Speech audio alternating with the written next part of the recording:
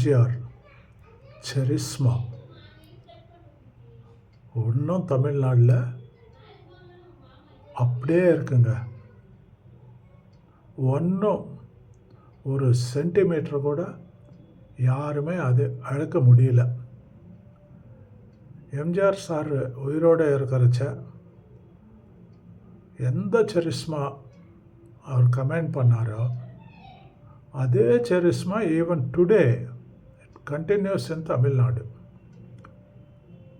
மக்களுக்காகவே வாழ்ந்தவர், மக்களுக்காகவே அரசியலில் குதித்தவர், மக்களுக்காகவே லைஃபு கடைசி வரைக்கும் ஜீவித்தவர். இறந்ததுக்கப்புறமும் ஜீவிச்சுட்டே இருக்கார் மக்கள் ஹிருதயத்தில். That is the charisma of the great Bharat Ratna MGR sir. இதில் ஒரு சின்ன வீடியோ கிளிப் ஒன்று ப்ளே பண்ணுறோம், பாருங்கள்.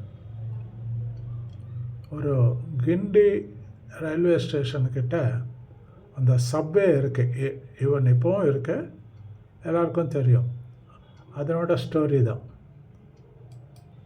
எம்ஜிஆர் அவர்கள் முதல்வராக இருந்த அந்த பொன்னான காலத்தில் சென்னை கிண்டி ரயில் நிலையத்தருகே ஒரு புதிய சுரங்க நடைபாதை பிரம்மாண்டமாக திறக்கப்படவிருந்தது. அந்த திறப்பு விழாவில் புரட்சி தலைவர் தானே ரிப்பன் வெட்டி திறந்து வைப்பார் என்று எதிர்பார்க்கப்பட்டது. மக்கள் கூட்டம் ஆரவாரத்துடன் காத்திருந்தது. எம்ஜிஆர் அந்த மேடைக்கு வந்து சேர்ந்தார். திறப்பு நேரம் நெருங்கியதும் அவர் சுற்றிலும் ஒரு பார்வை பார்த்துவிட்டு உதவியாளர்களிடம் அமைதியாக ஏதோ சொன்னார். உடனே அவர்கள் கூட்டத்தின் ஒரு மூலையில் தனித்து நின்று கொண்டிருந்த ஒரு சாதாரண மனிதரை அழைத்து வந்து எம்ஜிஆருக்கு முன்னால் நிறுத்தினார்கள். அவர் பெயர் ஏழுமலை. எம்ஜிஆரை வணங்கிவிட்டு என்ன நடக்கிறது என்பதை புரியாமல் திகைத்து படபடப்புடன் நின்றார் அவர். அப்போது எம்ஜிஆர் புன்னகைத்தபடி கத்திரிக்கோலை அவர் கைகளில் கொடுத்து, நீங்கள் தான் இந்த சுரங்கப்பாதையை இவ்வளவு உழைப்பால் கட்டியவர், நீங்களே இதை ரிப்பன் வெட்டி திறந்து வையுங்கள் என்றார். கண்களில் ஆனந்த கண்ணீர் தழும்ப நடுக்கத்துடன் ரிப்பனை வெட்டி திறந்து வைத்த ஏழுமலை தான் அந்த சுரங்கப்பாதையை கட்டிய மேஸ்திரி. திரையில் மட்டும் உழைப்பாளிகளுக்காக குரல் கொடுக்கும் தலைவர் அல்ல எம்ஜிஆர். நிஜத்திலும் எத்தனையோ தருணங்களில் அதை செய்து காட்டினார். இந்த தகவல் உங்களுக்கு பிடிச்சிருந்ததுன்னா இந்த வீடியோவை லைக் பண்ணுங்க.